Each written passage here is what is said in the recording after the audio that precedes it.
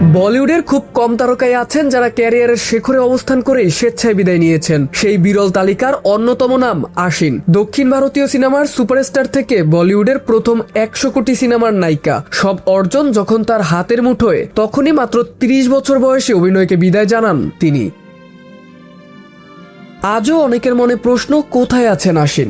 কেন তিনি হঠাৎ করে অভিনয় ছেড়ে দিলেন?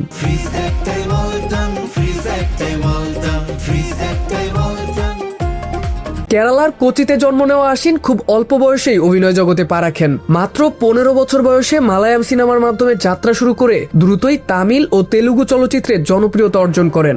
সুরিয়া বিজয়, মহেশ বাবু, অজিত কুমার ও পবন কল্যাণের মতো দক্ষিণ ভারতের শীর্ষ তারকাদের সঙ্গে অভিনয় করে নিজেকে প্রতিষ্ঠিত করেন ইন্ডাস্ট্রির অন্যতম সফল নায়িকা হিসাবে। 2005 সালে তামিল ছবি গজনী তার জীবনের সবচেয়ে বড় মোড় ঘুরিয়ে দেয়। সেই ছবির হিন্দি রিমেকের মাধ্যমে 2008 সালে বলিউডে অভিষেক ঘটে তার।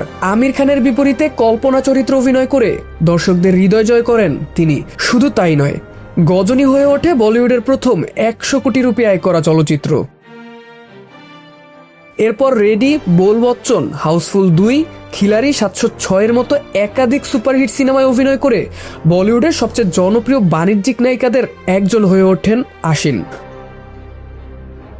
কিন্তু যখন ক্যারিয়ার ছিল সাফল্যের তুঙ্গে, তখনই অভিনয়কে বিদায় জানান তিনি। 2016 সালে মাইক্রোম্যাক্সের সহপ্রতিষ্ঠাতা রাহুল শর্মাকে বিয়ে করে নতুন জীবনে পা রাখেন। পরে কন্যা আরিনের জন্মের পর পরিবারই হয়ে ওঠে তার প্রধান অগ্রাধিকার। বর্তমানে আলো ঝলমলে চলচ্চিত্র থেকে দূরে পরিবারকে ঘিরেই সময় কাটছে আশিনের। তবে পর্দা ছেড়ে গেলেও দর্শকের স্মৃতিতে তিনি এখনো সমান জনপ্রিয়।